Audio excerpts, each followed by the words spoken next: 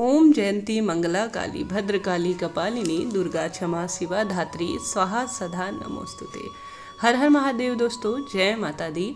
चैत्र नवरात्रि में सभी भक्तजन जो है अखंड दीपक जलाने का प्रयास करते हैं। नहीं भी जला पाते तो सुबह शाम माता रानी के नाम का एक अलग से विशेष दीपक जलाते हैं। ऐसे में कई लोग जो है दीपक जलाने की महत्वता और साथ ही उसके कुछ छोटे छोटे से नियम होते हैं उनके बारे में पूर्ण जानकारी रखते हैं, परंतु कुछ नए जन जो होते हैं जिन्हें इन चीज़ों का कुछ कम ज्ञान होता है।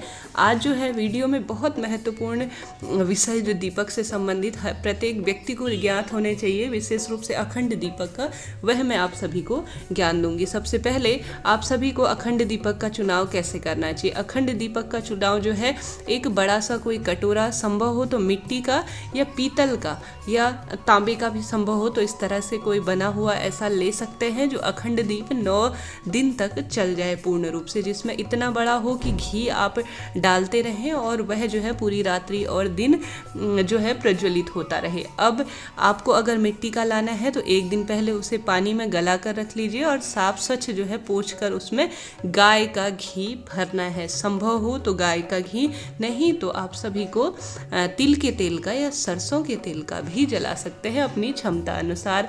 अब सवाल आता है कि बाती कैसी ले। उसके लिए बाती जो है 1.25 हाथ की, अगर 9 दिन तक अखंड दीपक जला रहे हैं तो 1.25 हाथ की मोली से या रुई से, उस कपास से आप जो है रुई से इसे अपने हाथ से निर्मित कर सकते हैं। 1.25 हाथ की बताया गया है, नियम यही कहता है। कलावा जो कि हाथ में बांधा जाता है लाल रंग का, उससे बनाई जाती है या कपास से बनाई जाती है। अगर आप सुबह शाम दीपक जला रहे हैं तो लंबी बाती का दीपक लगेगा। विशेष रूप से इस बात को नोट करते हुए चलिए, जो माता स्वरूप होती हैं उनके लिए लंबी बाती का दीपक लगाया जाता है और देव पुरुष होते हैं उनके लिए गोल बाती का प्रावधान है। लंबी बाती का अगर सुबह शाम आप दीपक जला रहे हैं तो माता रानी के विशेष माता के लिए, तो उन्हें जो है लंबी बाती का दीपक 4 आंगुल का आप सभी लगाएंगे। अखंड दीपक मैंने आप सभी को बता ही दिया है। अब कैसे करना है, आपने मिट्टी का, आपने बर्तन का चुनाव कर लिया, घी का चुनाव कर लिया और आप सभी ने बाती का चुनाव कर लिया। अब जहाँ पर आपने माता रानी का अखंड दीपक जलाना है वहाँ पर आप सभी को अष्टदल कमल बना लेना है। संभव हो, नहीं तो चावल का सरल सा आसन दे दीजिए। इसके बाद उस सामग्री को आपको पूर्ण रूप से तैयार करना है। अब इसे कहाँ रखना है, अखंड ज्योति को आपको माता के दाईं साइड रखना है। अगर आप सभी ने इसमें घी का प्रज्वलन करना है, अर्थात घी का दीपक आप प्रज्वलित कर रहे हैं तो माता रानी के दाहिने साइड, और अगर आप तेल का प्रयोग कर रहे हैं तो माता रानी की जो मूर्ति होगी वहाँ पर आप बाएं साइड जो तेल का दीपक प्रज्वलित करेंगे माता की मूर्ति के आगे। अगर आप ऐसा करने में मन में किसी तरह की, तो आप माता रानी के जस्ट सामने भी दीपक प्रज्वलित कर सकते हैं, माता रानी के बीचों बीच में।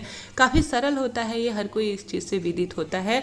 अब आपने ये सब कर लिया, उसके पश्चात जो है कौन सा मंत्र पढ़ना है इस बात को जान लीजिए। मंत्र इस प्रकार से है, शुभम करोति कल्याणम आरोग्यम धन संपदा शत्रु बुद्धि विनाशाय दीपकाय नमोस्तुते।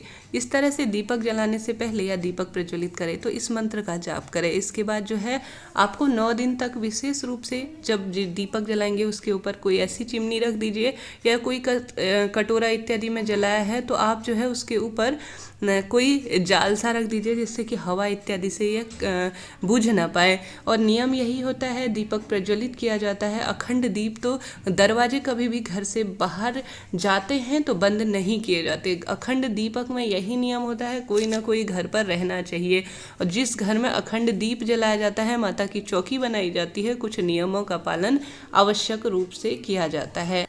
जिस घर में 9 दिन तक माता रानी का अखंड दीप प्रज्वलित किया जाता है, माता रानी 9 दिन तक स्वयं उस घर में वास करती हैं और उस घर में सुख समृद्धि का आना निश्चित है। मुझे उम्मीद है आप भी इसी विधि से नवरात्रि में माँ का दीप प्रज्वलित करेंगे। और मन में कोई सवाल हो तो ज़रूर पूछे। चैनल को लाइक शेयर और सब्सक्राइब करना ना भूले। जय माता दी।